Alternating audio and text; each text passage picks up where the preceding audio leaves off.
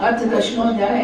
नारद जी बोले, मैंने तुमसे श्री विष्णु और अन्य देवताओं के स्नान, दान, पूजा तथा वंदन के विषय में कहा। पृथु बोले, आपके द्वारा कही गई विष्णु पूजा से संबंधित इतिहास से मैंने सभी वर्णन सुना।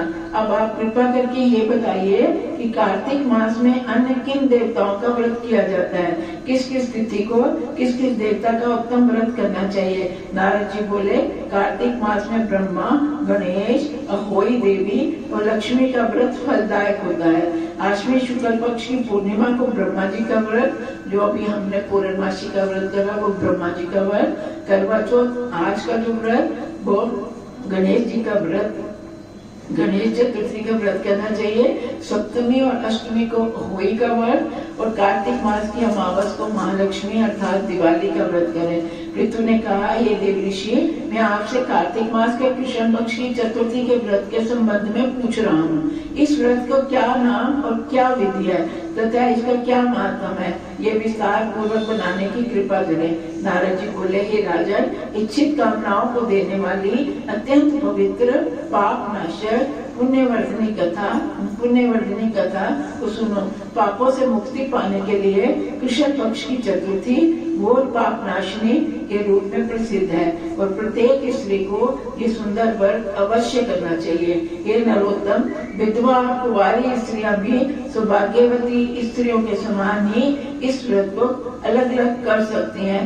8 वर्ष से अधिक आयु वाली कन्या, प्रौढ़ा, बाला अथवा विवाहिता, इन सबको ये शुभ व्रत करना चाहिए। यदि कोई स्त्री मोहवश इस व्रत को नहीं करती तो उस विवाहिता स्त्री का पति मर जाता है। विधि तथा नियम पूर्वक इस सुंदर व्रत को करने वाली स्त्री कभी विधवा नहीं होती। यदि कोई कुंवारी कन्या इस व्रत को करती है तो उसे बहुत सुंदर पति प्राप्त होता है और वह उसके साथ सदा प्रसन्न रहती है। हे राजन, मेरे वचनों को ध्यान पूर्वक सुनो। तृतीया तिथि को इस व्रत का नियम लेना चाहिए। चतुर्थी तिथि को प्रातः काल उठकर यथाविधि स्नान करके सभी आवश्यक कामों को करना चाहिए। फिर गंध आदि के मंडल से गणेश जी का पूजन करके व्रत का संकल्प लेना चाहिए। तत्पश्चात प्रदोष काल में गणेश जी का पूजन करना चाहिए तथा चंद्रोदय होने का पर चंद्रमा को अर्घ्य देना चाहिए। फिर ब्राह्मणों को भोजन कराकर स्वयं भी भोजन करना चाहिए तथा क्रोध आदि को त्याग कर रात्रि जागरण करना चाहिए। पूजा करने से गणेश जी प्रसन्न हो, इस मंत्र का उच्च स्वर में उच्चारण करके गणेश जी की परिक्रमा करें। ये राजन, स्तुति पाठ करने के बाद आरोग्य और सौभाग्य की प्राप्ति के लिए मुट्ठी भर अनाज गणेश जी को चढ़ाएं। फिर सौभाग्य और पुत्र वृद्धि के लिए गणेश जी की प्रदक्षिणा करके अन्य सब वस्तुओं को अपने कुल की किसी वृद्धा को समर्पित कर दें। नव विवाहिताओं को व्रत तथा दान की विशेषता के विषय में सुनो। 10 अष्टका आदि दक्षिणा युक्त जो भी संकल्प हो उसे दान करें। ये कृत्य पुरुषों के लिए है। अब स्त्रियों के लिए आवश्यक कृत्य के विषय में सुनो। ये राजन, स्त्रियों को चाहिए कि वह तृतीया तिथि को सिर आदि स्नान करें, सिर सहित स्नान करें। रात्रि के समय भोजन करने के बाद दातुन करें। फिर सुख पूर्वक होकर चतुर्थी को सूर्योदय के समय विधि पूर्वक नदी आदि में स्नान करें। हे राजन, वहाँ सभी अन्य कृत्यों को संपादित करें। सुंदर आभूषण और वस्त्रों को धारण करके संध्या के समय बड़े उत्सव का आयोजन करें। ये राजन, अपना चतुर्थी का प्रथम पूर्वक किए जाने वाले महोत्सव का आयोजन के विषय में बताता हूँ। स्वर्ण आदि के पात्र में 10 अष्टका रखकर घृत का दीपक प्रज्वलित करें। स्वर्ण आदि के कलश में जल भरकर उसे पात्र के मध्य में रखें। फिर स्त्रियां पात्र के मध्य में कलश को रखकर अपने अपने पात्र को हाथ में उठाकर एक दूसरे को दें और लें। जैसे थाली बटाते हैं उसको घुमाएं। अपने पात्र में रखे हुए कलश को दूसरे के हाथ में देना चाहिए और इस तरह 10 बार छूकर बारंबार मंत्र का उच्चारण करना चाहिए। पात्र को एक दूसरे को देते समय स्त्रियों को ये मंत्र बोलना चाहिए। अर्थ मंत्र, हे सौभाग्यवती, कार्तिक मास की चतुर्थी को ये पात्र ग्रहण करो। ये पति की आयु और सौभाग्य को बढ़ाने वाला है।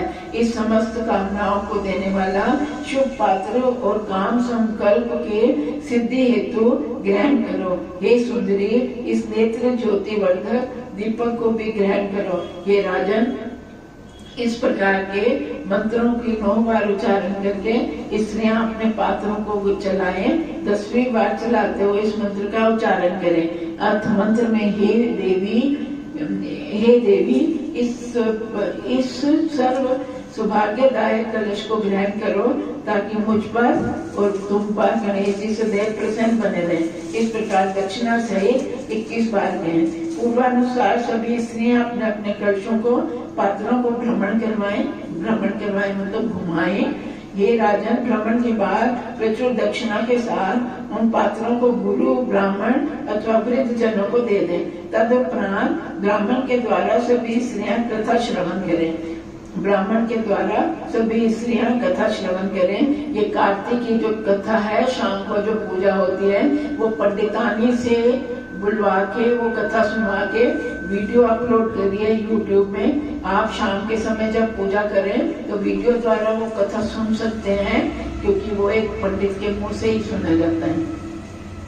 पुरुष भी प्रदोष काल में कथा करें तथा स्त्रियां चंद्रोदय के समय चंद्रमा को अर्घ्य दें। अर्घ्य तथा दान देने के बाद भोजन करें। ये राजन, इस विधि से जो स्त्रियां प्रतिवर्ष व्रत करती हैं, उनका सौभाग्य स्थिर बना रहता है।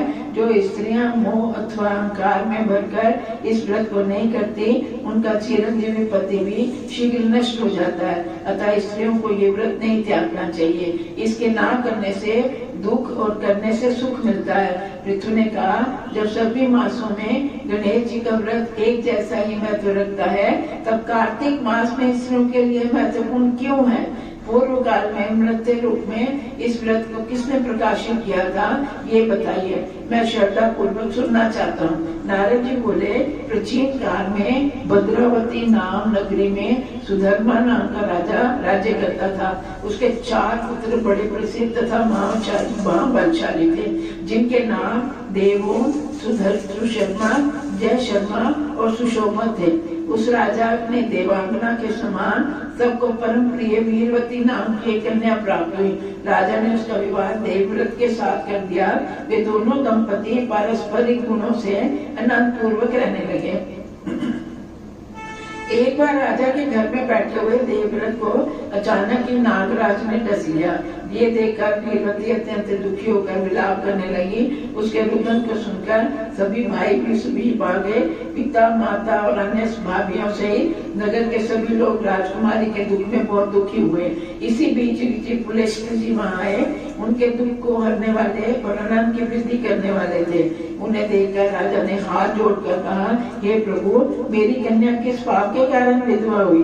हे मुनि शार्दूल, इनका दुख किस प्रकार दूर होगा, मुझसे कहिए। पुलस्त्य जी बोले, हे राजन, तुम्हारी विवाहिता पुत्री ने कार्तिक मास में सौभाग्य और सुख को देने वाले गणेश चतुर्थी का व्रत नहीं किया था। उसी पाप के प्रभाव से ये विधवा हुई है। ये राजन, ये व्रत स्त्रियों के लिए आवश्यक है। इसके विषय में सुनो। एक समय समस्त देवता और ऋषि ब्रह्मा, विष्णु, शिव सहित एक स्थान पर एकत्रित हुए। वे सब दैत्यों का नाश करने के लिए ये विचार करने लगे कि दैत्यों का विनाश के बाद हमें किस प्रकार सुख मिलेगा। तब ब्रह्मा जी ने कहा, तुम लोग मेरे मत को सुनो। श्री गणेश जी का व्रत सब दैत्यों को नष्ट करने वाला है। ये सुनकर सब देवताओं ने गणेश जी का व्रत रखा और उसके प्रभाव से दैत्यों को नष्ट कर दिया। फिर सब देवताओं और ब्रह्मा, विष्णु आदि ने गणेश जी से कहा कि तुम हमसे कोई वरदान मांगो। श्री गणेश जी बोले, कार्तिक मास के कृष्ण पक्ष की चतुर्थी को जो स्त्री मेरा व्रत रखे, उसका पति चिरंजीवी होना चाहिए। आप लोग मुझे यही वर दीजिए। जो पुरुष कार्तिक मास की कृष्ण पक्ष वाले इस व्रत को रखे, वह भी दीर्घायु हो। ये सुनकर देवताओं ने कहा, देवता बोले जो जो स्त्री कार्तिक मास के कृष्ण पक्ष को तुम्हारा व्रत करेगी उसके अल्पायु पति भी चिरंजीवी होंगे, जो इस व्रत को नहीं करेगी उसके पति नष्ट हो जाएंगे। हे राजन, देवताओं के वरदान वाला ये व्रत सभी स्त्रियों को प्रयत्न पूर्वक करना चाहिए। तुम्हारी स्त्री ये व्रत नहीं, तुम्हारी पुत्री ने ये व्रत नहीं किया, इसलिए ऐसा फल हुआ। राजा ने कहा, ये तपोवन मुनि, अब मुझे क्या करना चाहिए जिसके करने से मेरी पुत्री को सुख प्राप्त हो? पुलस्त्य जी बोले, हे राजन, यदि आपकी पुत्री अब भी कार्तिक मास के कृष्ण पक्ष की चतुर्थी का विधि पूर्वक व्रत रखे तो गणेश जी की कृपा से और मेरे अनुग्रह से उसका पति जीवित हो जाएगा, इसमें कोई संदेह नहीं है। ये कहकर पुलस्त्य जी वहां से चले गए। तब राजा ने पुत्री ने देखा, राजा की पुत्री ने अपने पति के मृत शरीर को तेल आदि में सुरक्षित रख दिया। इसके बाद कार्तिक मास आया, तब उसने विधि पूर्वक व्रत किया, महोत्सव रचकर पात्र विचलन के अंत में कथा सुनी, ब्राह्मणों को दान दिया, रात्रि के समय चंद्रमा को अर्घ्य दिया और पुनः ब्राह्मणों को दान दिया। इस व्रत प्रभाव से उसका पति जीवित हो गया।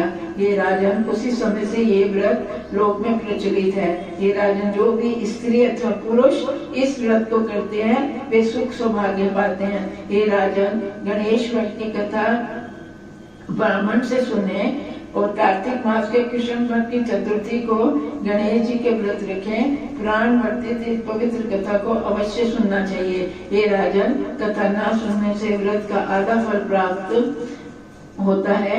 ये राजन, कार्तिक मास में कथा सुनने का विशेष रूप से आवश्यक है। ब्राह्मण के मुख से कथा सुनने का 10 गुना फल मिलता है। इस कथा को पढ़ने सुनने से सहस्त्र बोधन करने का फल भी प्राप्त होता है। इति श्री पद्म पुराणे कार्तिक मास महात्म के अंतर्गत पृथु नारद संवाद में सौभाग्य प्रद कार्तिक गणेश चतुर्थी तथा निरूपण नामक 10वां अध्याय संपूर्ण हुआ। बोल श्री कृष्ण बलदेव।